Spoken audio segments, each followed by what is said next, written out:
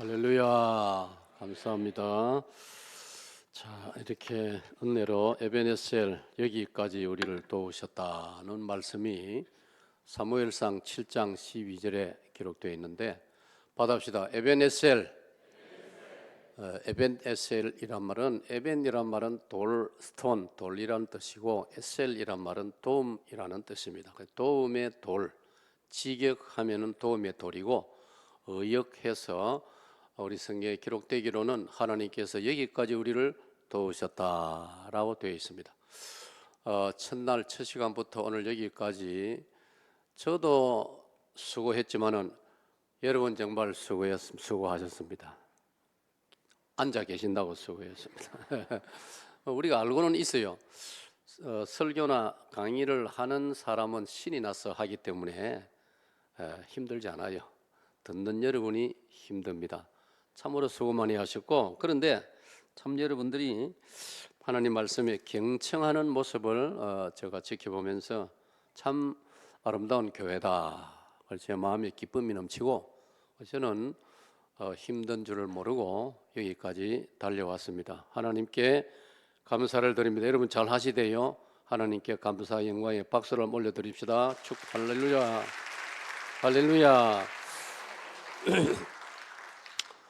자, 야고보서는 5장으로 되어 있습니다. 그래서 야고보서와 대조되는 성경이 로마서입니다. 그래서 사람들이 그런 말을 해요. 로마서를 좋아하는 사람들이 있고 또 야고보서를 좋아하는 사람도 있습니다. 우리 중세 교회 때는 로마 교회의 그 잘못된 것을 완전히 바꾸기 위해서 종교개혁, 리포메이션, 종교개혁이 일어났죠. 참 놀라운 일이죠. 1517년을 기준으로 해서 1517년 10월 31일 날 마틴 루터, 그는 성직자, 목사이기도 하고, 그 당시로는 사제라고 불렀어요. 프리스트, 사제라고 불렀는데, 그는 성직자이기도 하고 독일의 동부에 있는 비텐베르크 대학의 신학부 교수였습니다. 대부분의 교수들이나 성직자들이 급쟁이이고 자기 신변 안위를 위해서 정직하지를 못했습니다. 시류를 따라가고 그랬습니다. 즉 바꿔놓으면 로마 교황의 눈치를 보고 자기들이 양심적으로, 학문적으로, 성경적으로 로마 교황이 너무나 잘못하고 있다는 것은 알면서도 감히 거기에 도전하는 사람들이 없었습니다. 그럴 때에 맨 처음 거기에 참 깃발을 든 사람이 체코슬로바키아, 체코의 수도가 프라하인데, 프라하 대학교의 총장이었던 존 후스, 요한 후스라고도 하고, 영어는 존 후스고 독일식 발음은 요한 후스입니다. 그 요한 후스가 로마 교황에게 반기를 들었습니다. 그러다가 교황에게 미움을 받아가지고, 당신은 로마 교황의 권력이 절대적이었습니다. 모든 유럽의 왕들이 로마 교황의 눈치를 보아야 되고, 로마 교황이 거기에 딱 흔들면은 그 왕은 그날로 왕위에서 내려앉아야 되는, 그게 중세 시대의 로마 교회 권력이, 교황의 권력이 거기에 달했던 시대입니다. 그러니까 로마 교황이 그 프라그 대학 총장, 아주 탁월한 지식을 가지고 인격자고 훌륭한 분이었는데, 그의 충고를 아주 기분 나쁘게 받아들이고 딱 눈치를 주니까 권력자들이 요한 후서를 프라하 제일 중심과 광장에서, 플라츠라고 합니다, 광장에서 요한 후서 총장을 불태워서 화형시켜 죽였습니다. 여러분이 체코 프라하를 여행 가시면 바로 그 프라하 중심과 광장에 화형당했던 그 장소에 엄청나게 크게 요한 후서에 앉아있는 좌상인 조각을 해놓은 것을 볼 수 있습니다. 그 사건 때문에 겁에 질려가지고 신학자들이나 목회자들이 감히 입도 뻥긋 못하고 한 200년의 세월이 흘렀습니다. 그리고 1517년 10월 31일에 마틴 루터가 드디어 비텐베르그 대학교회 성문에 95개조에 이르는 성경을 가지고 로마 교가 그리고 로마 교황이 잘못하고 있는 것을 쫙 나열해서 적어서 성벽에다가 걸었습니다. 그게 유명한 95개조 반박문이라는 이름입니다. 그 하나하나를 읽으면 교리적으로 로마 교황이 얼마나 성경에서 멀리 떠나 있는가를 지적하고 있습니다. 그때로부터 이제 시작해가지고 우리 기독교가 이제 참 하나님 은혜로 말미암아 다시 성경으로 돌아가는 이제 그래서 여러분 종교 개혁이라든지 또 종교 혁명 이런 말을 들으면 여러분들은 많은 복잡한 걸 다 알 수도 없고 딱 한 가지만 기억하면 됩니다. 받아봅시다. 성경으로 돌아가자. 그렇습니다. 성경으로 돌아가자. 우리가 어떤 목표물을 잊어버리거나 잃어버렸을 때 다시 우리가 등대를 보고 찾아간다든지 어떤 목표물 찾을 수 있는 어떤 기준이 되는 걸 보고 찾아가듯이 세월이 흘렀지만 우리도 마찬가지입니다. 뭔가 잘못되었다고 양심적으로 생각이 되면 바로 그때마다 성경으로 돌아가면 되는 것입니다.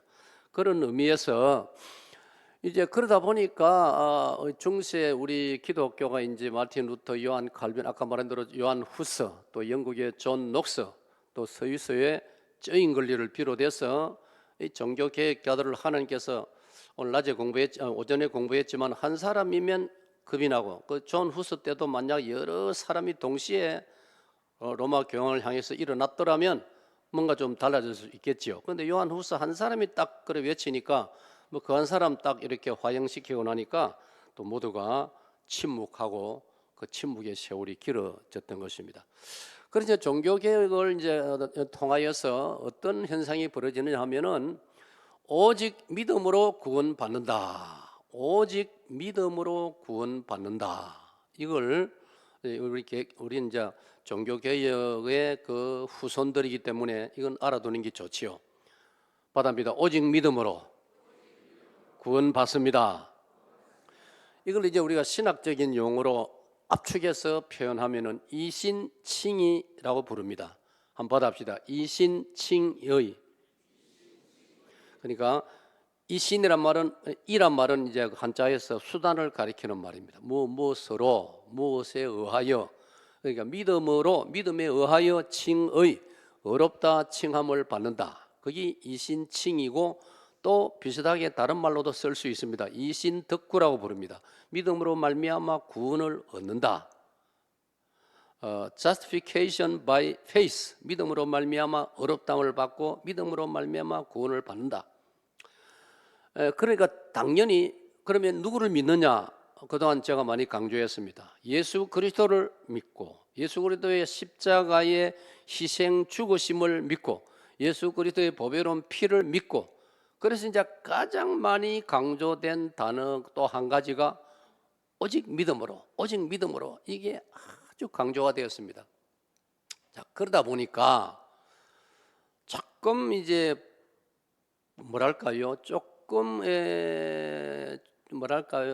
어떤 약점이 드러나기 시작했어요.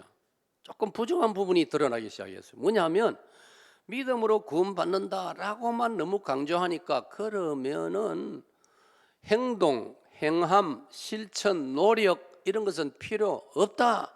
극단적으로 그런 또 사고방식, 그런 또 풍조가 유행이 되기 시작하는 거예요. 이 좀 심해지면은 예수님을 믿으면 아무렇게나 살아도 나는 구원받는다. 이런 잘못된 또 유행이 또 일어나기 시작했다. 이게 이제 우리 인간이 가지고 있는 하나의 모순이고 약점이지요. 자, 그러다 보니까 이제 그 이후로 우리 오늘까지 흘러오면서 어떤 사람은 야고보서를 읽어보니까 야고보서는 시종일관 1장부터 5장까지 시종일관 행함을 강조하고 있거든요. 그러면 지금까지 제가 설명드린 대로 종교개혁 마틴 루터나 요한 칼빈이나 요한 후서나 존 녹스나 이런 어른들이 로마 교는 공덕을 많이 강조했거든요. 공을 많이 쌓고 덕을 많이 쌓으면은 하나님의 복을 받는다, 구원에 이른다 이런 주장도 많이 했기 때문에 그걸 이제 고치기 위해서 오직 믿음 이렇게 강조하다 보니까 행함에 대해서는 사람들이 관심이 없어지는 거예요. 아무렇게나 살아도. 여러분, 우리 시대에 이런 주장하는 이단들도 있었어요. 행함은 상관없다. 예수 그리스도를 믿게만 하면 구원받는다. 맞지요? 맞는 말인데 행함을 완전히 무시하는 것, 이것도 사실은 또 비성경적이란 말이에요. 그러니까 극단적인 사람들은 야고보서 이거는 중요하지 않다, 이런 주장까지 나오게 된 겁니다. 근데 그게 이제 뭐냐면 아까 말한 대로 사람들이 귀가 얇아가지고 무슨 말을 들으면 그쪽으로 너무 휩쓸리다 보면 어느 한쪽은 소홀히 하고 무시하고 또 나중에는 그걸 비웃고 야고보서를 강조하면 비웃음을 당하고 이런 풍조가 있더라 하는 것입니다. 그런데 이제 성경을 진심으로 공부를 하고 읽고 묵상을 하면 전혀 그렇지 않다는 겁니다. 예를 들면 로마서가 교리를 가르치는 가장 중요한 성경, 아까 제가 말했죠. 야고보서하고 대조적으로 보이는 게 로마서인데 로마서도 자세히 읽으면은 당연히 행함을 강조한단 말이에요. 당연히 행함을 강조합니다. 그러면 야고보서도 자세히 읽으면 믿음도 엄청나게 강조하고 있단 말이에요. 그러나 대체적인 야고보서의 흐름은 행함을 강조하고 있는 것입니다. 오직 예수님, 오직 십자가 신앙만 강조하느라고 행함을 놓치지 말라, 행함을 소홀히 하지 말라, 그걸 야고보서가 가르치고 있는 것입니다. 예? 그래서 예를 들면은 제가 자주 강조했습니다. 그 열매를 보면은 나무를 안다. 그런데 불신자들은 우리를 바라볼 때 열매를 찾고자 한단 말이에요. 저 사람이 성선 한빛교회를 다니는데 내가 그러면 한번 지켜봐야 되겠다. 그게 직장일 수도 있고 이웃일 수도 있고 뭐 학교일 수도 있고. 근데 그 불신자가 나름대로 인간적으로 괜찮은 사람이라고 합시다. 근데 내가 저 친구를 지켜보니까 내가 뭐 수긍할 만한 것이 별로 안 보이는데,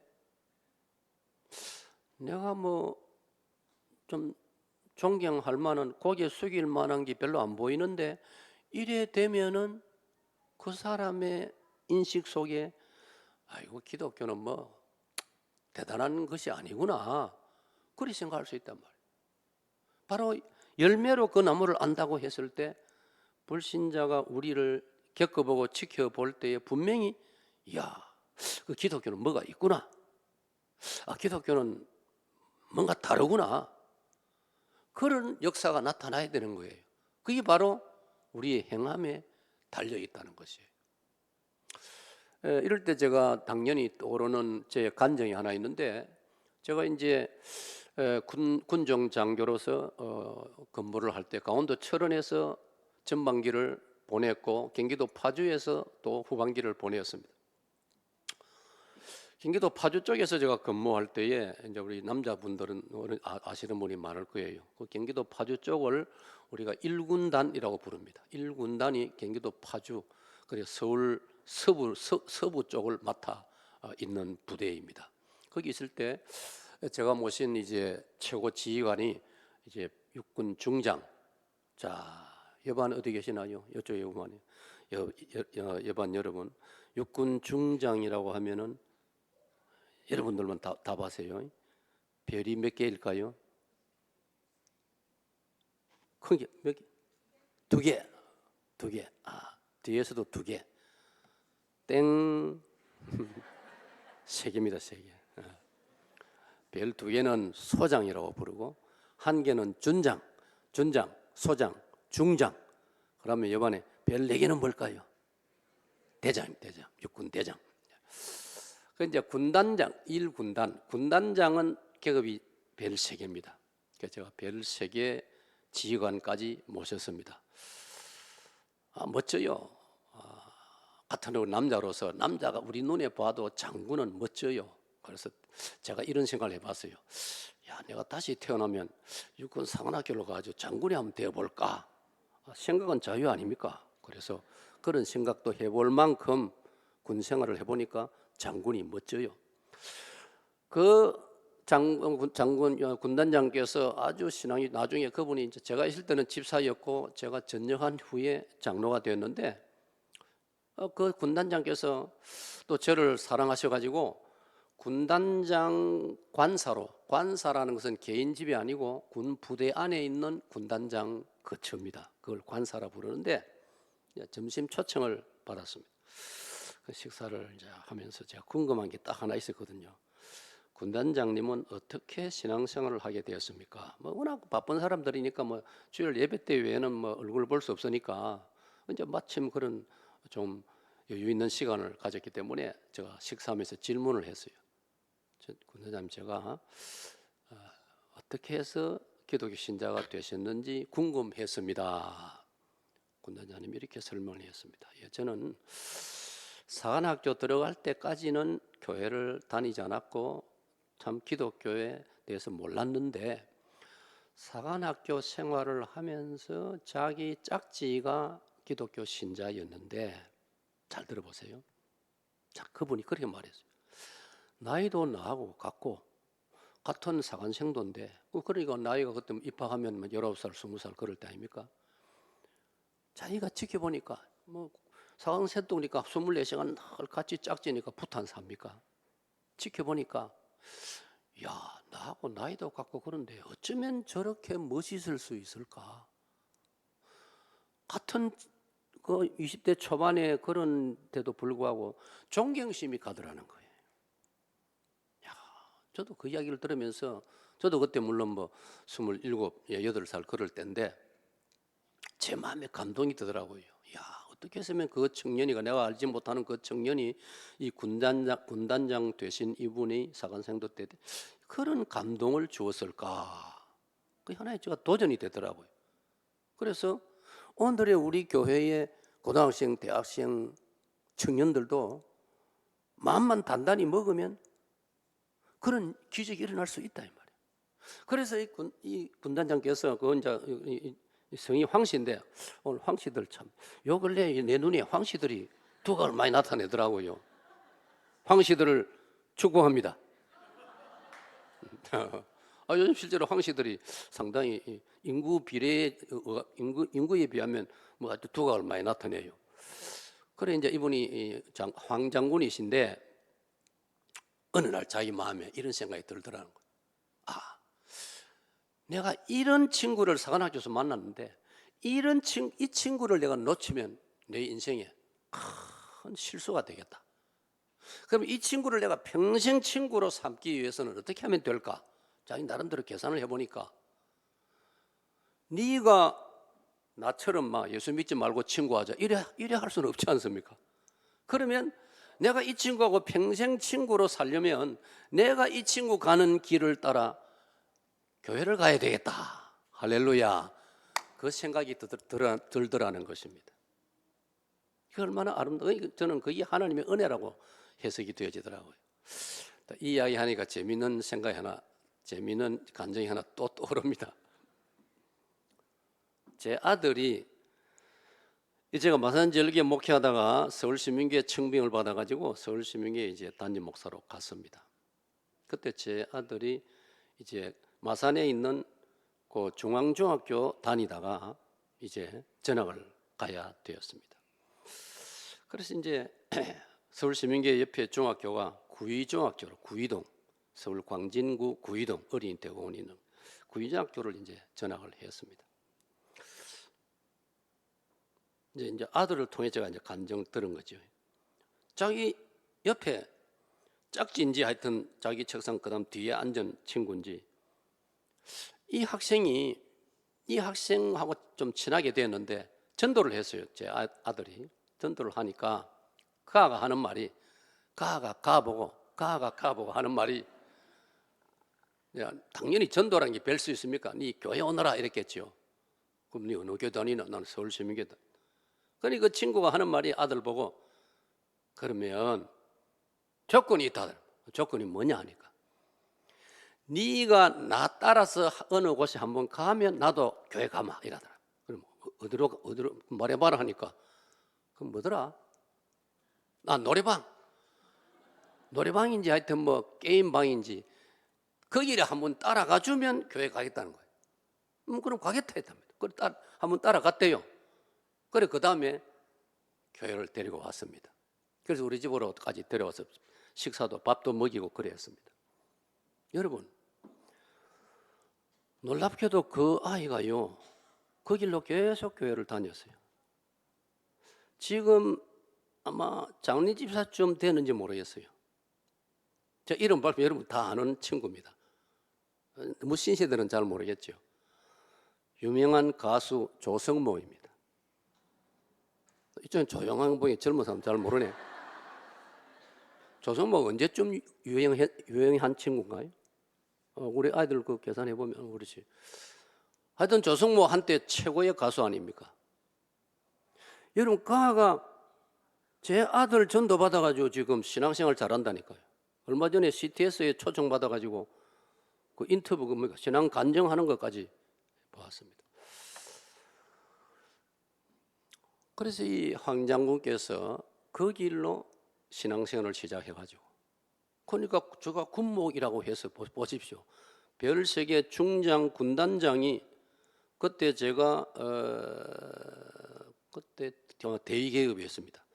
생각해 보세요. 일반 장교라면은 군단장 별세계가 대위 그 장교를 불러가지고 겸상해서 식사하겠습니까? 그러니까 그만 그분이 믿음이 자리를 잡았다는 뜻이. 그리고 그 후에 서울 장충단 공원 밑에 있는 그 이름이 있는 유명한 교회 하나 있습니다. 경동교회라고.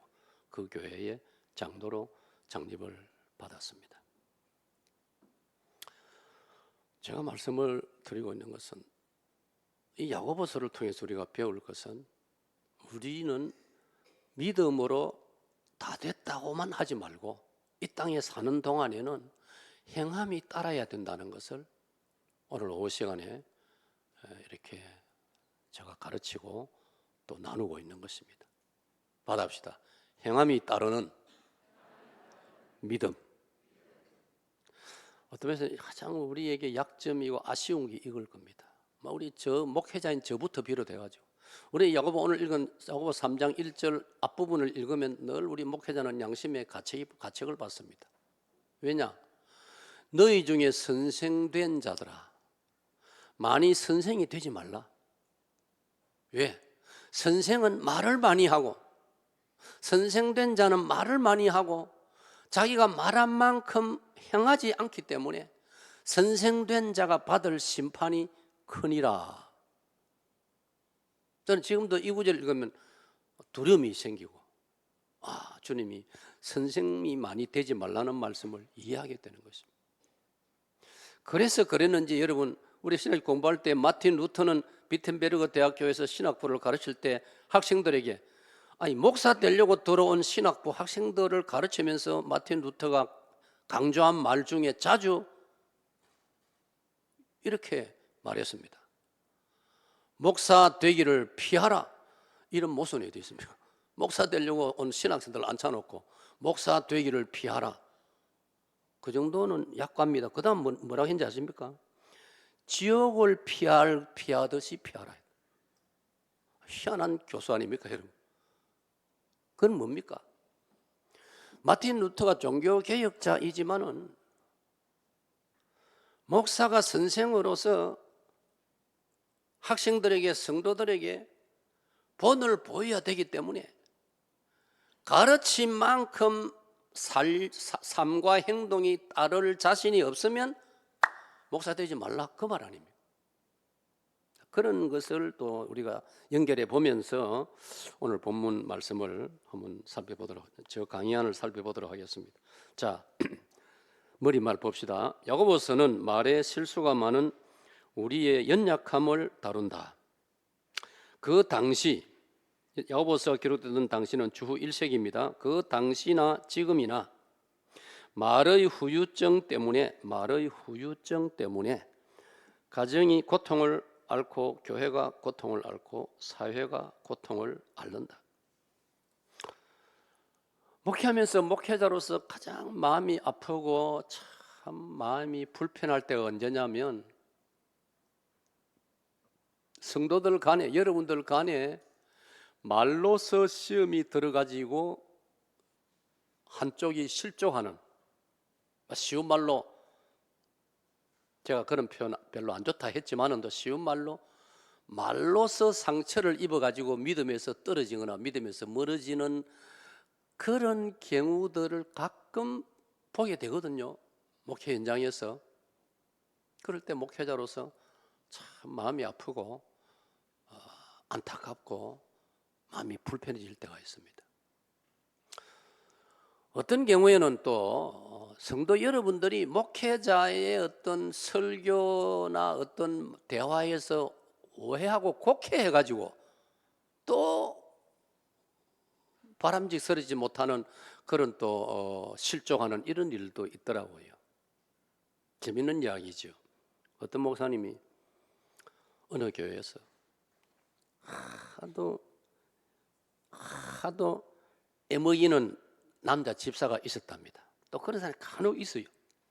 저도 부교육 때 보니까 어떤 분은요, 딱 재직기만 하면은 반대 한마디 안 하고는 안 마치는 그런 분이 있더라고요. 그분은 또 그게 하나의 취미인지 모르겠어요. 꼭 그것도 초장이 하면 될 건데 다 전부 다 이제 식사해야 되고 배고프고 막 이제 마쳐야 될 때 또 목사님이 폐 선언하기 전에 딱 질문해요. 전혀 이상한 그 분위기에 그런 이상한 분위기를 만드는 사람들이 그런 폰이 기분이 싸할 정도로 이상한 질문을 꼭 그때 해요.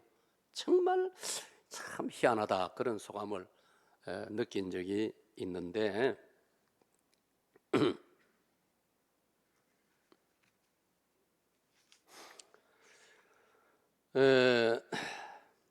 가정과 교회와 사회가 말 때문에 고통을 앓는다. 그래서 목회 여정에 그런 장면을 볼 때 가장 마음이 아프고 참 목회 여정이 힘들었습니다. 자, 거기 보면은 갈로 열고 제가 성경 구절을 한 두 구절 소개해 놨는데 그 중에 보면 이런 말씀이 있습니다. 여러분 이건 한번 들어보세요. 잠언 16장 24절에 잠언 16장 24절에 이런 말씀이 있습니다. 선한 말은 꿀송이 같아서 마음에 달고 뼈에 양약이 되느니라. 얼마나 좋은 말씀입니까? 그런데 그 다음에 18장 21절을 보면 좀 조용히 한번 들어보세요. 죽고 사는 것이 혀의 힘에 달렸나니 죽고 사는 것이 혀의 힘에 달렸나니 혀를 쓰기 좋아하는 자는 혀의 열매를 먹으리라. 그렇게 기록되어 있습니다. 그 다음에 25장 15절에 보면은 이런 말씀이 있습니다. 25장 15절에는 오래 참으면 관원도 설득할 수 있나니 부드러운 혀는 뼈를 꺾느니라. 부드러운 혀는 뼈를 꺾느니라. 그 다음에 욥기 4장 4절을 보면은 우리 믿음의 조상 욥이 이런 고백을 남겼습니다. 욥은 부자였다고 욥기가 기록하고 있죠. 욥기를 읽어보면은 욥은 평소에 자기의 여유 있는 재산을 가지고 가난한 과부들과 부모 잃은 고아들을 많이 도운 사람이 욥입니다. 여러분 여유가 있다고 그렇게 하는 부자가 많지 않습니다. 가난한 과부들을 챙겨서 굶어 죽지 않도록 최소한의 생활을 도와주는 일을 욥이 많이 했다고 했습니다. 고아들을 많이 도왔다고 했습니다. 그런데 그 점도 대단히 참 훌륭합니다. 아무나 할 수 없기 때문에. 그런데 더 좋은 것은 욥의 모습에서 더 아름다운 것은 욥기 4장 4절을 보면 나는 살아오면서 말로서 넘어지는 자를 말로서 붙들어 주었다라는 말씀이 있어요. 그래서 제가 이 구절을 좋아하거든요. 그래서 오늘도 여러분에게 여기 제가 명기를 해놨습니다. 받아봅시다. 넘어지는 자를 말로서 붙들어 주었다. 이걸 여러분이 한번 적용해 보세요. 여러분 지금까지 살아오시면서 인간살이에서 인간 여정에서 너무 힘들어서 쓰러지고 넘어지고 좌절하고 인생을 포기하려고 하는 혹 그런 사람을 따뜻한 말로서 붙들어 주어서 그들이 다시 일어나도록 해본 적이 있으시냐라고 여러분 자신이 한번 질문을 해보세요. 그 다음 봅시다. 런던 하이드 파크. 자, 런던의 가장 우리에게 알려진 큰 공원 이름이 런던 하이드 파크라고 하지 않습니까? 이 공원의 한때에 그 공원의 어느 부분에 가면은 12제자 나무라는 12그루의 나무가 심겨져 있었다고 합니다. 예수님 제자 12명 베드로부터 이름을 쫙 명패를 붙여준 거예요. 나무를 12그루 심고. 그런데 마지막 12번째 나무가 당연히 가룟 유다 나무입니다. 그 나무는 똑같아요. 명찰만 달라요. 근데 공원을 산보는 사람들이 지나가다가 다른 모든 나무들을 향해서는 칭찬을 하고 덕담을 합니다. 아, 이거 베드로 나무네. 아이고, 베드로 사도 당신 얼마나 수고했어. 예를 들면 가룟 유다 이름이 적힌 나무 앞을 지나가면서는 열이면 10사람 욕을 하는 거예요. 예수님 팔아먹은 가룟 유다라고 욕을 하고 저주를 하고 아주 나쁜 그런 표현을 하는 거예요. 그 기록에 그 사연을 적혀 있는 글에 보니까 어느 시점부터 이 가룟 유다 나무가 시들시들 하더니 병들어서 죽어버렸다는 겁니다. 누가 일부러 직접 그 나무를 영국 사람들 신사인데 그렇다고 그 나무를 몽둥이를 가지고 두드려 패거나 그리 안 했어요. 지나가면서 말로서 가룟 유다를 연상하면서 그 나무에게 나쁜 말을 막 퍼붓는데 그 나무가 거기에 스트레스를 받아가지고 그렇게 되었다는 거예요. 말이 예사롭지 않다는 겁니다. 말의 그 위력이 예사롭지 않다는 것을 보여주고 있는 것입니다. 우스개 같지만은 그 의미가 들어있는 이야기들이 한때 유행했습니다. 뭐냐면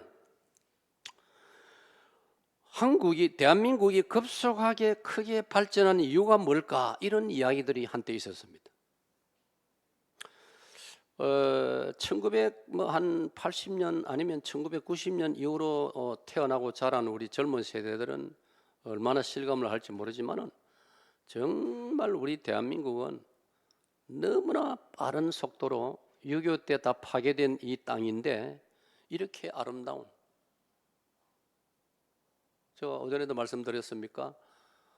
창원 거리를 목사님 차를 타고 이제 왔다 갔다 하면서 제가 보니까 얼마나 도시가 깨끗하고 아름답고 가로수들이 얼마나 잘 자라 있는지 참 아름다운 대한민국입니다.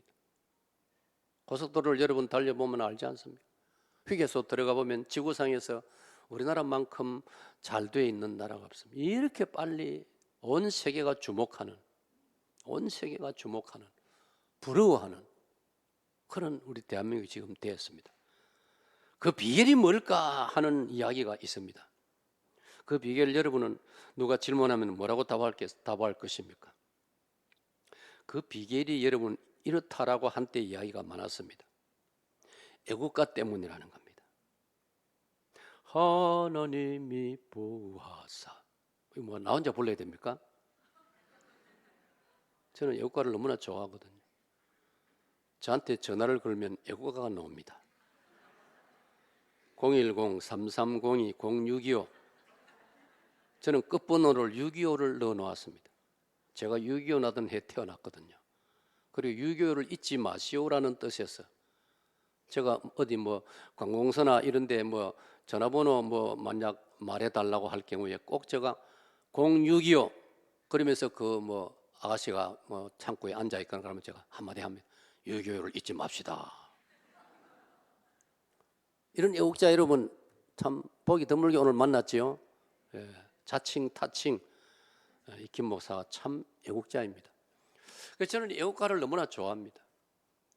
그래서 저는 목회 현장에서 3.1절, 광복절 혹은 6.25 기념주일 이럴 때 꼭 축도를 마치고 전 교인들 퇴장하기 전에 마지막으로 애국가를 부릅니다. 기분 좋을 때는 4절까지 부릅니다. 이 기상과 이 마음으로 충성을 다하여까지 4절까지 부릅니다. 이 애국가에서 제일 중요한 소절이 하나님이 보호하사 우리나라 만세입니다. 할렐루야. 담임 목사 어디 계시노? 어디 갔어요? 그쪽에 가 있노? 여기 있어요. 나오고. 혹시 졸릴까 싶어서 저 숨었나? 정 목사님, 나한테 배운 대로 하니까 앞으로 성산 한빛교회에서도 3.1절이나 강복절, 기념절에는 애국가가 울려 퍼지기를 기대합니다. 이거는 권면이요 명령은 아닙니다. 그런데 여러분 알고 보니까 제가 자료를 부산 해운대에 가면 오산교회라고 있어요. 그 교회 장로님께서 저하고 이제 군선교 활동을 같이 하는, 제가 이제 뭐 부산에 또 국목 군종 장교 출신이니까 부산에 우리 교회 연합으로 군선교 위원회 단체가 있어요. 그 장로님이 아주 열심으로, 제가 아마 보니까 의향도 그렇고 이북 출신 같은데, 그 장로님이 어느 날 저에게 오래된 조그마한 고서 책자를 하나 주셔요. 그게 보니까 옛날 아마 우리 한국 교회사에서 처음 나온 찬송가 같아요. 그걸 이제 물론 원본이야 뭐 이걸 복사를 해가지고 수천만큼 작은 찬송가더라고요. 그 찬송가 14장이 애국가입니다. 밑에 그 출판 연도를 보니까 1904년인가 그렇고, 그 1904 앞에 고종 광무 몇 년 이래 돼 있더라고요. 고종 황제 때 만들어진 찬송가라. 찬송가 14장이 애국가입니다, 여러분. 그러므로 앞으로 혹절기 때 담임 목사님이 오늘은 애국가를 부르고 마칩시다 하면은 그 반응 일으키는 사람이 한 사람도 없기를 바랍니다. 왜? 찬송가 있었으니까. 나는 누가 그걸 찬송가에서 뺐는지 몰라요. 그 찬송가 뺀 사람 내가 만나면 가만 안 둘 겁니다. 왜 있는 걸 뺐습니까? 그대로 놔둬야지. 그러면 제가 그 이야기를 들으면서 가만히 묵상을 해보니까 영국 사람들이 영국 국가, 그 가사에 보니까 영국 국가는 제목이 뭔지 아세요? 아무도 몰라요? 허허이 참.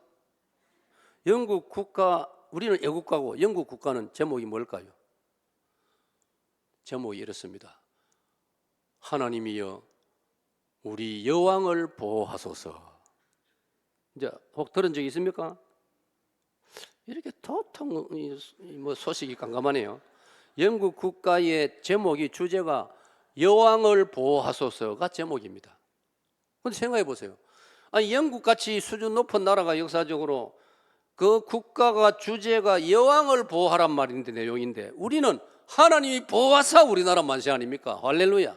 그러니까 우리나라 애국가가 월등히 성경적이고 너무나 하나님이 기뻐하시는. 제가 이런 데 대해서 얼마나 언제 한번 또 감동을 받았냐면, 제가 강원도 철원에서 근무할 때 그 철조망 휴전선에서, 철조망에서 이제 우리 남자들 좀 아시죠?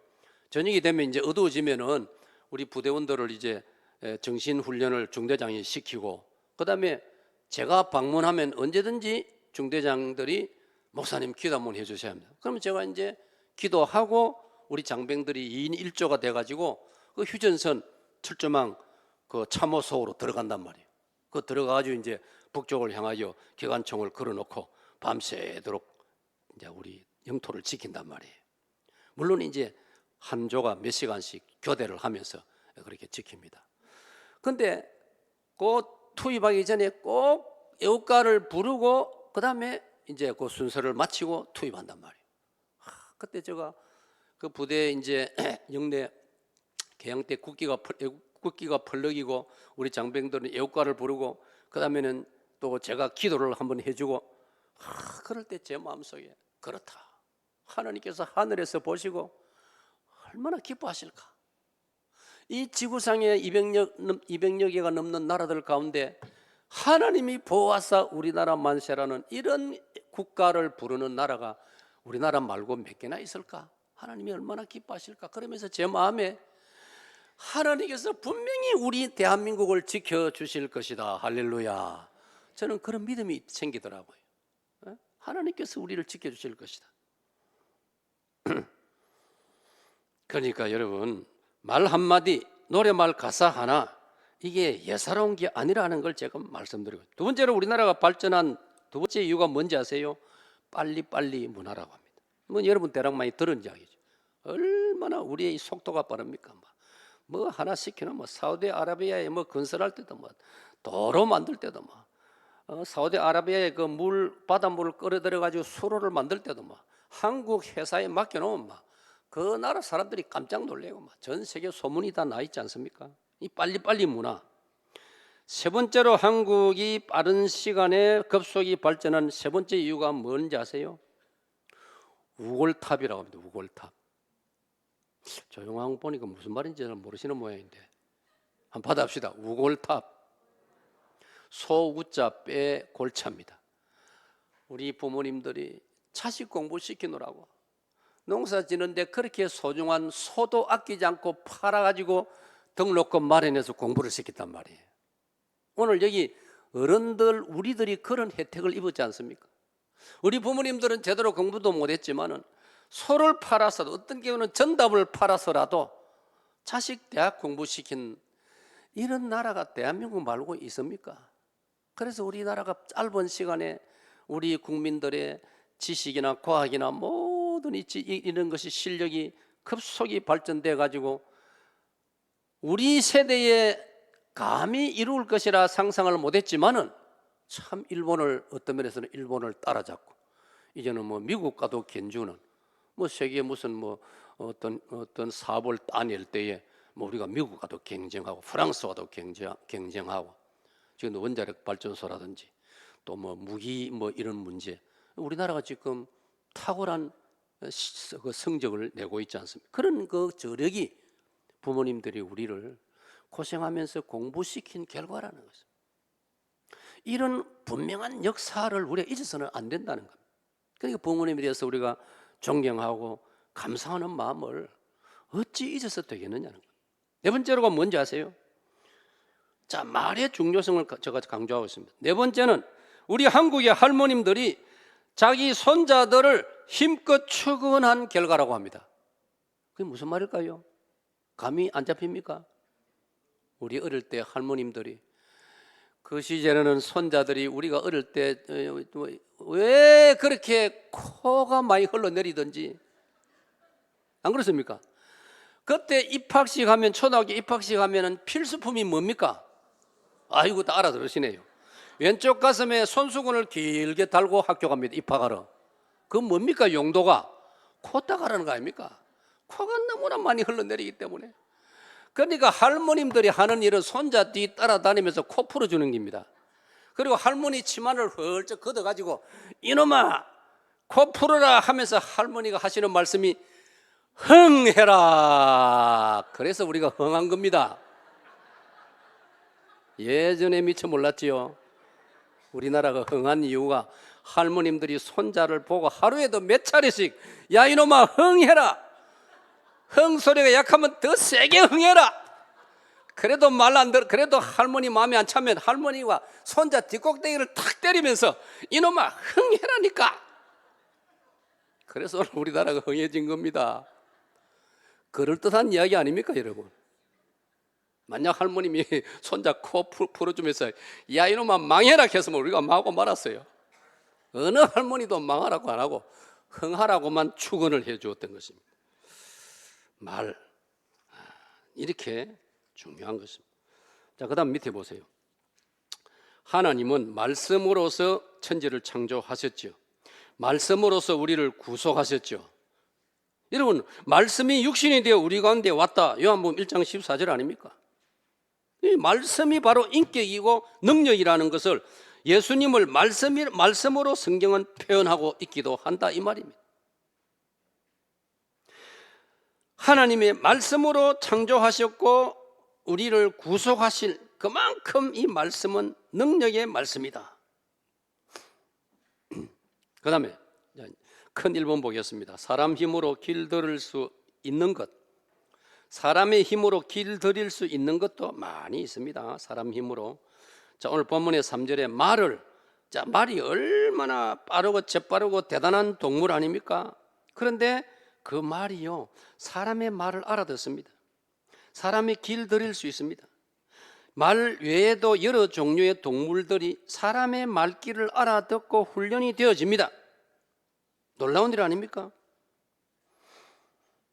그 다음에 작은 불씨, 5절에 보니까 작은 불씨, 그러나 이것도 사람이 노력하면 컨트롤 할 수 있습니다.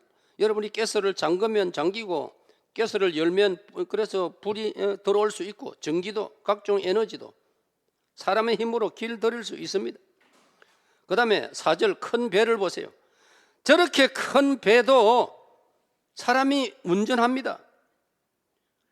한 번씩 저 가덕도 앞바다에서 부산 신항으로 그 이제 큰 화물선이 무역선이 들어오는 걸 보면요, 야, 제가 그 가덕도 산이 하나 있어요. 그 산 이름 지금 얼른 생각 안 나는데, 그 이제 우리 당원들 한번 등산을 갔어요. 야, 근데 그 등산 가서 산이 뭐 그렇게 높지는 않지요. 앉아 있는데 가덕도니까요, 그 무역선이 화물선이 컨테이너 실은 화물선이 부산 신항으로 들어오는데, 야, 바로 그 앞으로 지나가는데 가까이서 보니까요, 그 컨테이너 화물선이요, 정말 산덩이 같더라고요. 배가 얼마나 큰지.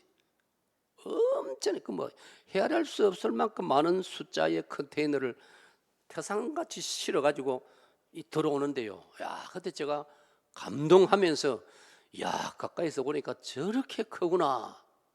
그 큰 배도 그 선장의 손에 의해서 다 조정이 되고 그대로 움직이는 거예요. 길들일 수 있다 이 말이에요. 그 배만 그렇습니까? 이 사람의 기술과 손으로 만드는 모든 창작물들, 과학이라든지 기계라든지 다 사람 손에 움직입니다. 사람이 길들일 수 있습니다. 그 다음에 교사와 학생, 요즘 뭐 학생들이 말 잘 안 듣는 이야기도 한 번씩 들리지만은 기본적으로 우리가 원칙적으로 말한다면 선생님 한 분이 많은 학생을 통솔하고 지도한단 말이에요. 우리도 다 그런 경험이 있지 않습니까? 학교 운동장에 뭐 전교생 다 모아놓고 체육 선생님이 올라가가지고 딱 오와 열을 정비시킵니다. 좌양좌 우양주 뭐 좌우로 뭐 열 맞춰라 하면 전부 다 그대로 다 움직입니다. 그러니까 사람 힘으로 할 수 있는 겁니다. 지휘할 수 있는 겁니다. 뭐 군대는 더 말할 것도 없지요. 뭐 지휘관이 한마디 딱 하면은 기계처럼 착착, 그 지휘관과 군사. 그뿐입니까? 코치와 선수 하니까 자연적으로 생각이 나네요. 그 클린스만이라는 희한한 사람이 와가지고 우리 선수들을 뭐 도무지 뭐 나중에 그런 말 나오더래요. 나는 쉴 테니까 너희들 알아서 잘해줘. 클린스만 작전이 그거랍니다. 흥민아 잘해줘. 자기는 가만히 앉아있고 그냥 이래가지고 가만히 구경하고. 그거는 특별한 경우고 일반적으로 선수들은요, 코치 감독의 눈빛만 보고도 알아차리고 슬슬 기고 그래야 뭐가 되는 것 아닙니까? 길들여진다 이 말입니다. 농부가 농사를 다 계획대로 해가지고 지으면 그 열매와 결과는 그대로 나타나지 않습니까? 자, 그 다음에 2번 보세요. 그런데 자기 힘으로 스스로 길들이기 심히 어려운 것, 그걸 지금 이제 야고보 3장이 강조하고 있는 것입니다. 자, 그 중에 대표가 뭐냐? 혀라는 것입니다. 받습니다. 혀, 말. 참, 이게 이제 심각한 문제라고. 그래서 야고보서가 이걸 다루고 있고, 성령의 감동으로 야고보서가 성경으로 우리에게 주어지는 것입니다. 자, 보세요. 스스로 길들이기 심히 어려운 것, 혀, 말. 1번, 말은 그 위력이 너무나 크고 무섭다. 너무나 크고 무섭다. 성냥개비 불 하나가 온 산을 태우듯이, 우리 산불이 가끔 겨울이 되면 나가지고 우리 온 국민 마음을 태우지 않습니까? 그거 보면 나중에 뭐 한국전력이나 이런 데 조사를 하면은 그 뭐 조그만 불똥이 하나가 거기에 확산돼 가지고 그 큰 산을 다 불태워 버립니다. 얼마나 위력이 대단합니까? 성경은 야고보서는 우리 말이 그렇다는 겁니다. 성냥개비 불 하나가 온 산을 태우는 위력을 발휘하는 것처럼 말 한마디가 까딱 잘못하면 엄청난 화를 불러일으키고, 말 한마디가 사랑으로 그 사람을 정말 위하는 마음에서 한마디를 하면 너무나 큰 기적이 일어날 수 있다는 것을 오늘 성경은 말하고 있습니다. 그 다음에 2번 보세요. 혀는 잠깐의 실수로 자기 인생을 더럽힌다. 잠깐의 실수로 자기 인생을 더럽힌다. 여러분, 자신을 초하게 만드는 것, 자기 자신을 초하게 만드는 것. 자, 그 다음에 한번 읽어봅시다. 독한 시작. 독한 시기, 다툼, 거짓말, 귀신, 자, 이런 것. 자신을 초하게 만드는 것. 독한 시기, 질투하는 마음을 가지면 자신이 추해집니다. 다투면 자신이 추해집니다. 예? 싸움닭을 보세요. 우리나라도 한때는 뭐 집에서, 우리 농촌에서 닭장을 만들고 닭을 많이 키웠습니다. 필리핀 같은 나라는 뭐 얼마나 닭을 많이 키우는지, 제가 필리핀 선교지 둘러보러 갔다가요, 밤에 잠을 못 잤습니다. 밤새도록 닭들이 울어대는데 우리 경상도 말로 막 송신해서 잠을 못 자겠더라고. 필리핀 닭 많대요. 그러니까 여러분 소식 알고, 필리핀 사람들의 취미가 뭡니까? 닭 싸움식이에요. 그 돈 걸어가지고 도박도 하고. 그래서 그 필리핀의 닭들은 온몸에 상처투성입니다. 그 사람들이 잔인해가지고요, 닭의 발가락에다가 쇠붙이를 붙여가지고, 날카로운 칼날을 붙여가지고, 그래 싸움을 붙이지 않습니까? 그러니까 공격을 서로 싸우다 보니까 공격을 받아가 막 온몸이 상처투성입니다. 그걸 싸움닭이라고 하거든요. 그거나 우리들이나 때로 비슷하단 말이에요. 우리가 시기 질투심이 많고 잘 다투고 많이 다투고 싸우고 남을 미워하고 그러면 결국은 내가 상처투성이가 되고 만다, 이 말입니다. 나를 더럽히는 것, 거짓말을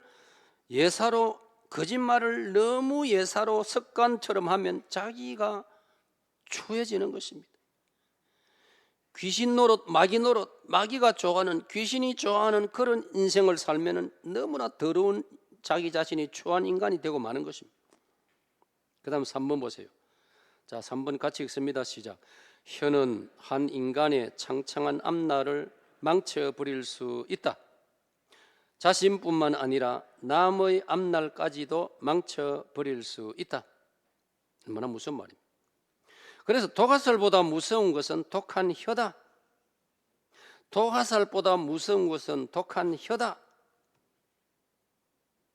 자, 그 다음 같이 한번 읽어보실까요? 시작. 칼로 베인 상처는 낫지만 말로 베인 상처는 심장이 무너지고 녹아버린다.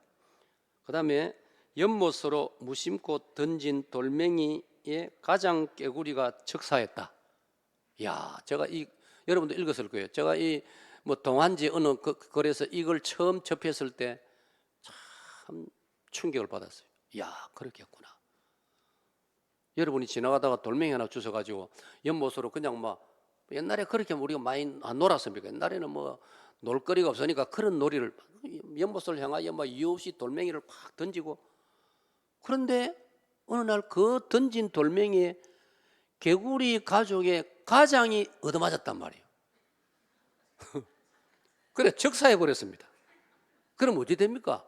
그 개구리 가정에 초상이 난 거예요. 보통 초상이 아니고 가장이 죽어버렸어요. 그래서 생긴 말이 무심코 던진 돌멩이 하나에 개구리 가장이 죽임을 당했다. 그 가정에 초상이 난 거예요. 뭘 하려고 그런 말이 만들어졌습니까? 우리가 무심코 던지는 말 한마디가 어떤 사람에게는 죽을 만큼 고통으로 다가갈 수도 있다 하는 것을 말하는 것 아니겠습니까? 그 글이 시사하는 바가 바로 그런 이야기입니다. 두산그룹에서 월간지가 있습니다. 잡지 이름이 두산이더라고요. 두산 잡지에 칼럼에 이런 글이 실렸어요. 제목이 20년입니다. 20년. 칼럼을 읽어 나가다 보니까 저는 지나가다 그런 게 눈에 보이면 막 읽거든요. 그것은 이제 손에 들고 읽어보고 뭔가 읽을 거리가 있어요. 뭔가 교훈이 있어요. 그런 잡지라도 읽어보면. 그 제목이 20년이라. 그 제목이 궁금해서 읽어 나가다 보니까 뭐냐. 어느 부부 이야기인데 어느 날 남편이 아내가 무슨 말을 하는데 귀찮게 여겨가지고 남편이 아내를 보고 입 닥쳐라고 큰 소리로 말을 했습니다. 우리 경상도 여성 같으면 그런 소리를 예사로 듣기 때문에 막 받아 넘길 수 있는데 아마 그 여성은, 그 아내는 서울 사람이었던 모양이에요. 너무나 순간적으로 충격을 받아가지고 이 아내가 실어증에 걸려버렸습니다. 말을 잃어버렸습니다. 그 글에 이 여인이 다시 말을 회복하는데 20년이 걸렸다는 겁니다. 제목이 20년이에요. 두산 그룹의 월간지에 실린 칼럼의 이야기입니다. 그러니까 이 제가 설명한 것처럼 독화살보다 무서울 수 있는 것이 독한 혀요 말이다. 말에 신중해야 하는 이유는 그동안 쌓아놓은 좋은 관계도 함부로 내뱉는 한마디 때문에 순식간에 무너질 수 있기 때문이다. 그래서 야고보서는 심각하게 질문합니다. 야고보 3장 9절에 자, 동그라미 1번 시작.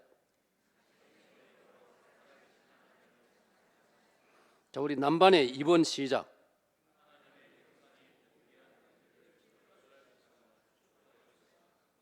선택은까지. 자, 선택은 당신의 몫이다.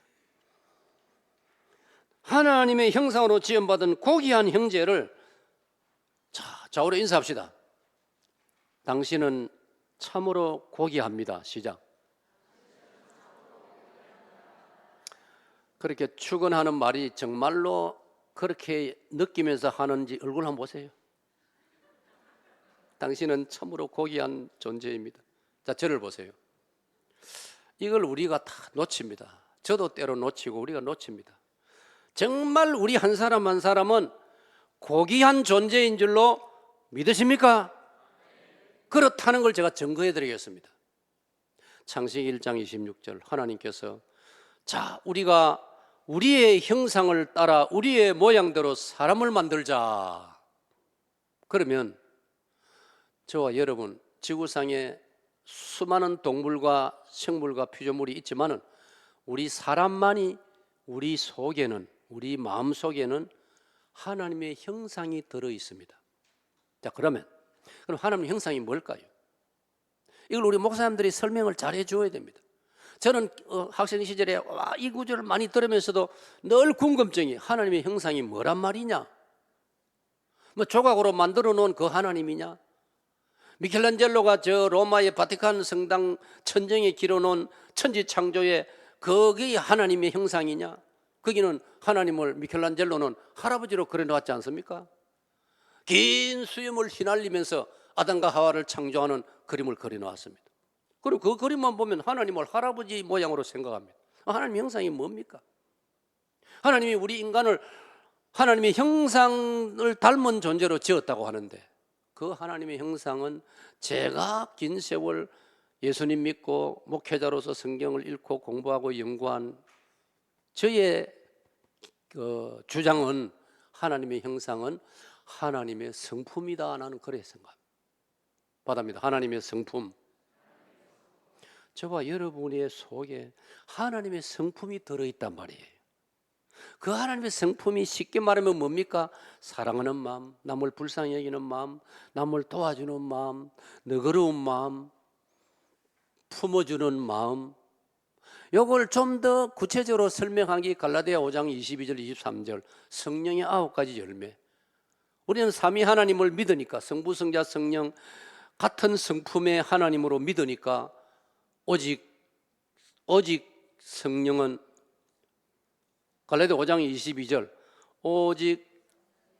오직 성령의 열매는, 여러분 주일학교 배웠지요? 노래 한번 불러봅시다. 우리 옛날 아까 정 목사님이 뭐 옛날 부흥회 한번 생각합시다 했는데, 자, 옛날 주일학교 시절에 배운 노래 오직 성령의 열매는, 시작. 오직 성령의 열매. 와, 이 소리가 이렇게 작나?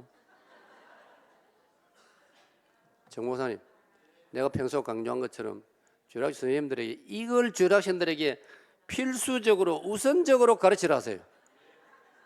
자, 다 같이 한번 불러봅시다. 시작. 오직 성령의 열매는 사랑과 희락과 화평과 오래 참음과 자비와 양선과 충성과 온유와 절제니 이 같은 것을 금지할 법이 없느니라. 갈라디아 5장 22, 3절. 이상하네. 내가 박수 받으려고 부른 게 절대로 아닙니다. 이걸 왜 모르시나요? 나는 배웠는데. 역시 내가 다닌 주일학교가 최고 명문 주일학교인 모양입니다. 주일학교 다 배운 노래 아닙니까? 그러니까 내가 이래 언제라도 부를 수 있는 노래.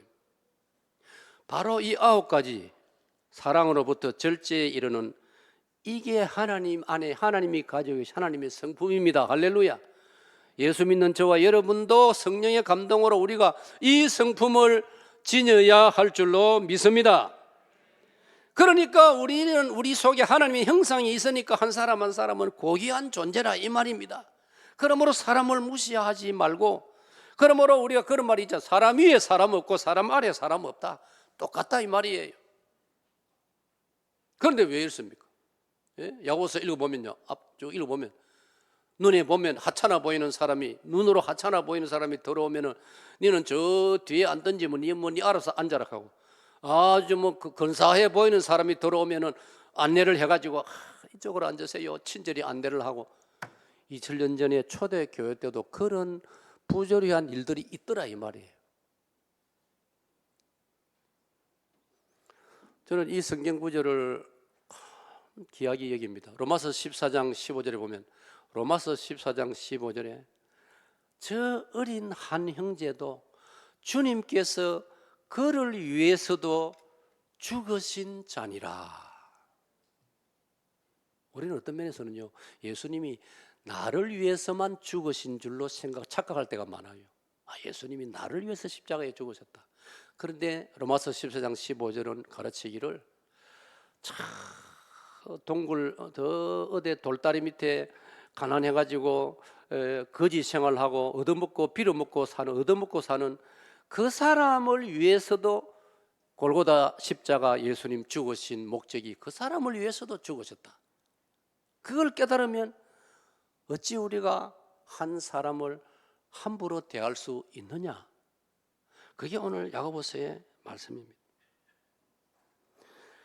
그러므로 우리의 혀로 살아계신 하나님을 찬송할 것인가, 고귀한 형제, 고귀한 하나님의 형상인 형제를 저주할 것인가, 축복할 것인가, 늘 염두에 두고 우리가 이 입으로 하나님을 찬송했다면 이 입으로 형제 자매를 축복하고 칭찬하고 격려하고 그렇게 살아가야 할 줄로 믿습니다.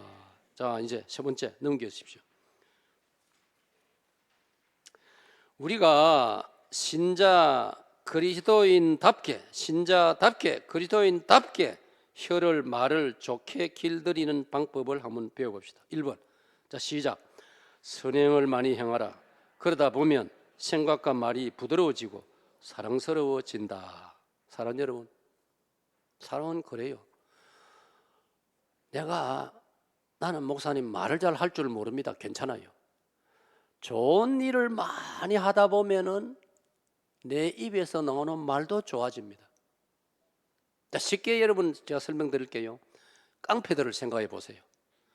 깡패들은 입에서 나오는 말이 뭡니까? 전부 욕입니다. 욕. 깡패들은 다른 단어가 필요 없어요. 욕만 잘하면 훌륭한 깡패입니다. 그러면 왜 깡패들은 저절로 욕이 잘 나오느냐? 하는 짓이 깡패 짓만 하기 때문에. 나쁜 짓만 하니까 입에서 나쁜 말이 자연스럽게 나오는 거예요. 선한 일, 좋은 일, 남을 사랑하는 일, 좋은 일을 하면은 그에 따라서 말도 좋은 말이 나오는 거예요. 할렐루야. 그런 때문에 선행의 출발은 긍휼히 여기는 마음을 가지는 것이다. 마음을 긍휼히 여기면 좋은 행동이 나오고, 좋은 행동을 하다 보면 입에서 자연스럽게 좋은 말이 나오는 것입니다. 그다음에 2번, 자, 받아봅시다. 온유. 다시 온유. 제가 여러분 도움되도록 일부러 한자도 적어놓고 영어도 적어놨습니다. 온유라는 단어를 보세요. 한자를 보세요. 우리말은 한자가 곁들이면 이해가 빠릅니다. 온자는 무슨 온자지요? 따스할 온자라고 부릅니다. 따스할 온자, 온천, 온수, 따뜻한 물, 따뜻하다. 유, 부드러울 유자입니다. 부드러울 유자. 그러니까 그 다음에 영어에서는 이 온유를 warm, 따뜻하다, soft, 부드럽다, gentle, 고상하다, 신사적이다. 그 다음에 앞에 전미사는 부정적인 전미사를 붙여놨습니다. on을 빼고 on을 빼고 그 다음 보세요. obtrusive 발음이 obtrusive라는 말은 무슨 뜻이냐면은 아무데나 불쑥 나서다. 그게 obtrusive입니다. 아무데나 불쑥 나서다. 그 앞에 이제 부정관용사를 전미사를 붙였기 때문에 접두사를 붙였기 때문에 아무데나 불쑥 나서지 않는다라는 뜻입니다. 온유를 그렇게 설명합니다. 온유한 사람은 어떤 사람이냐? 아무데나 불쑥 나서지 않는 사람. 그 말은 뭡니까? 조심하는 사람, 생각해보고 말하는 사람, 그걸 온유라고 부르는 거예요. 자, 그 다음에 자, 온유한 시작. 온유한 마음가짐에서 부드럽고 따스하고 축복하고 좋은 말이 나온다. 생각, 온유한 마음을 가지는, 온유한 마음을 생각하면 온유한 말이 나옵니다. 온유한 말을 하다 보면 온유한 행동이 나옵니다. 온유한 행동을 하다 보면은 그게 좋은 습관이 되어집니다. 그 습관이 쌓이면 온유한 좋은 인격을 만들게 되어지는 것입니다. 자, 제가 이거 이제 묶음표로 해놨는데 여러분 이거 잘 앞으로 활용하세요. 이거 아주 좋은 축복의 자료입니다. 내 마음을 온유하게 가지면 온유한 말이 나오고 온유한 행동이 나오고 온유한 습관이 쌓여져 가지고 온유한 인격자가 되어진다라는 뜻입니다. 그 다음에 모세의 온유함을 하나님께서 칭찬하십니다. 민수기 12장 4절을 보면은 이 지상에서 내 종 모세처럼 온유한 자가 있느냐? 여러분 이 말씀을 하게 된 배경이 있어요. 모세의 형님 아론하고 모세의 누님 미리암이 모세한테 한번 대들은 적이 있어요. 반기를 들었어요. 인간적으로 좀 이해할 수 있는지 모르겠어요. 동생 모세가 요즘 아이들 말로 하도 잘 나가니까 하나님이 모세에게 힘을 실어 주셔가지고 모세가 이스라엘 백성을 지휘하고 출애굽에서 이집트에서 10가지 재앙을 막 기도하면 모세가 기도하면 10가지 재앙이 일어나고 모세가 기도하니까 홍해가 갈라져서 육지로 걸어가게 되고 막 그러니까 어느 날 모세 형님하고 누님이 모세한테 대들었어요. 그럴 때 하나님께서 오히려 모세를 지켜주시고 변호하시는 말씀입니다. 너희들 왜 모세한테 그러느냐?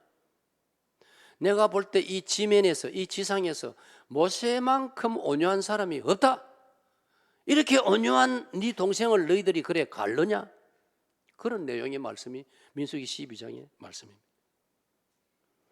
그 다음 보세요. 우리 예수님은 어떤 말투를 보여주셨을까? 이 땅에 계실 때 제가 묵상한 바에 의하면 같이 한번 읽어볼까요? 시작. 권력자에게는 강한 어조로, 약자와 죄인에게는 온유함으로. 예수님의 어법이 그렇더라고요. 이 세상의 권력자, 독재자, 힘센 자들을 보고는 예수님이 강한 어조로 말씀하시고 약자와 죄인에게는 온유함으로 말씀. 예를 듭니다. 요한복음 4장 사마리아 수가성에서 그 한 여인을 우물가에서 만났지 않습니까? 그 여인은 복잡한 여자였습니다. 자, 질문합니다. 그 여자에게 남자가 몇 사람 있었더라고요? 예? 5명이 있었습니다. 지금 5명 데리고 사는지 뭐 5명을 겪었는지 뭐 하여튼 너에게 5이 있었다고 했어요. 지금 또 다른 남자하고 살고 있었어요.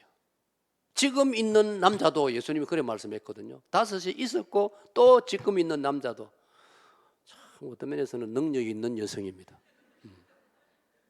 한 남자 거느리기도 힘든데, 그죠? 그런데 보세요. 마을 사람들은 이 여자를 뭐 가만두겠습니까? 2000년 전인데 나타나기만 하면 막 뒷꼭대기 대고 막 비난하고 욕하고 저주하고 저런 여자가 우리 말에 살다니. 그래서 요한 4장을 자세히 읽으면 이 여인은 사람들이 많이 나타나는 시간에는 집 밖으로 나오지 않습니다. 모두가 그 중동 지역이니까 모두가 낮잠 자는 정오 12시경 혼자서 조용히 우물가에 물 일러러 왔습니다. 그때 마침 예수님 거기서 맞닥뜨렸습니다. 예수님은 그 여자의 신분을 다 알고 계셨지 않습니까? 그럼에도 불구하고 예수님은 그 여인에게 이런 말을 이렇게 말하지 않았습니다. 너는 웬 남자가 그리 많은가? 그렇게 말씀하지 않았습니다. 오히려 예수님은 참으로 시원한 물을 네게 주마, 그렇게 말씀해요. 정말 저는 여기에 감동이 되더라고요. 그 다음 또 한 사람 보세요. 요한복음 8장에 나오는 대낮에 사람들이 발견할 수 있는 상황에서 나쁜 짓을 했던 한 여자가 마을 사람들에게 붙잡혔습니다. 저는 그 본문을 읽으면서 궁금했습니다. 남자는 어디 갔을까? 벌써 도망쳐버렸지 뭐. 남자는 도망쳐버리고 여자만 붙잡힌 거예요. 그래서 집단 돌팔매질을 당하는 그런 입장에 지금 있었습니다. 그때 예수님께서 그 여자를 보고 너는 왜 그런 죄를 지었나? 그렇게 따지지 않으시고 오히려 예수님은 그 여자를 보고 나도 너를 정죄하지 않겠다, 이렇게 말씀합니다. 정말 놀라운 말씀. 나도 너를 정죄하지 않겠다. 누가복음 19장 여리고의 세리장 삭개오를 향하여 예수님은 야이 날 강도놈아, 그렇게 말씀하지 않았습니다. 실제로 이 사람 날 강도거든요. 왜? 이스라엘 사람들 세금을 과도하게 착취해가지고 로마 제국에 상납을 하고 훨씬 많은 분량을 자기 호주머니에 채운 사람이 삭개오란 말이에요. 날 강도입니다. 그런데 예수님은 삭개오를 보고 야이 강도놈아, 그렇게 저주하지 않았습니다. 오히려 삭개오야, 너희 집에 오늘 밤 내가 하루 쉬어야 되겠다. 여러분, 말도 걸기 싫어하고 얼굴 바로 쳐다보기도 싫어함을 당하는 사람이 여리고성의 삭개오입니다. 사람들이 삭개오 나타나면 다 피합니다. 저런 인간, 내가 오늘 재수가 없어서 저 인간을 만났구나, 이런 시대, 이런 상황인데도 예수님은 너희 집에 가서 오늘 밤 내가 하루 쉬겠다라고까지 말씀했어요. 골고다 사형대의 강도에게 무슨 낯짝으로 낙원에 가고 싶어 하느냐, 예수님이 이렇게 말씀하실 수도 있지만은 주님, 저를 불쌍히 여겨서 당신의 나라 낙원에 들어가실 때 저도 좀 불쌍히 여겨주세요 라고 강도가 말했을 때 예수님께서 야 이놈아, 네가 그런 인생을 살아놓고 뭐 낙원에 같이 가고 싶다고? 무슨 낯짝으로 네가 그런 소리 하느냐, 이렇게 말씀할 법도 한데 예수님은 그렇게 말씀하지 않고 어떻게 말씀하셨다고요? 시작. 오늘 네가 나와 함께 낙원에 있으리라. 이게 여러분이 예수님이십니다. 이게 성경이고 이게 우리 복음입니다. 오늘 여러분 어떻습니까? 너무나 우리 여기 못 미치고 있지 않습니까? 뭐 우리도 때로 뭐 정죄 잘하고 비난 잘하고 푸념 잘하고 비웃기 잘하고, 저 인간이 무슨 희망이 있겠나, 우리도 모르게 그렇게 하고. 저도 한창 20대 전도사 신학생 시절에 새벽기도 할 때 이렇게 기도했습니다. 주여, 저 북한의 김일성이를 죽여주시옵소서. 제가 그런 기도도 했어요. 또 어떨 때는요, 일본이 우리를 막 기분 나쁘게 만들고 뭐 독도는 자기 땅에 해서 그럴 때는 막 주여 저 일본을 한번 또 흔들어 버리십시오. 지진 나라 이 말 아닙니까? 그러다 나이가 들면서 제가 하나님께 회개했습니다. 아무리 그렇지만 목사가 말이지 김일성이 죽으라 하고 일본 흔들어 버리라 하고 그래가지고 그 다음부터는 제가 생각을 바꾸고 기도를 좀 부드럽게 했습니다. 그냥 주여 북녘 땅의 공산주의가 사라지게 하옵소서. 상당히 제가 기도가 부드러워졌습니다. 그런데 핵심은 별로 달라지지 않았습니다. 뭐 김일성이 죽는 거나 공산주의가 사라지는 것이나 뭐 내용은 비슷한 거 아닙니까? 예수님은 그렇게 부드럽게 하셨더라고요. 자, 3번 봅시다. 같이 읽습니다. 시작. 창조적이고 긍정, 격려, 희망의 말하기를 연습하여 습관이 되게 하라. 창조적이고 긍정, 격려, 희망의 말하기를 연습도 하고 거의 습관이 되도록 하라. 이걸 또 여러분에게 강조하고 싶습니다. 그 다음 그 밑에 보세요. 부정적이고 어두운 말을 하면 우리가 부정적이고 어두운 말을 자꾸 습관이 되어버리면 이런 결과가 나타납니다. 동그라미 1번 시작.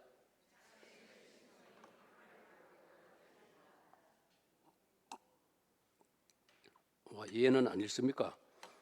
인류 시작.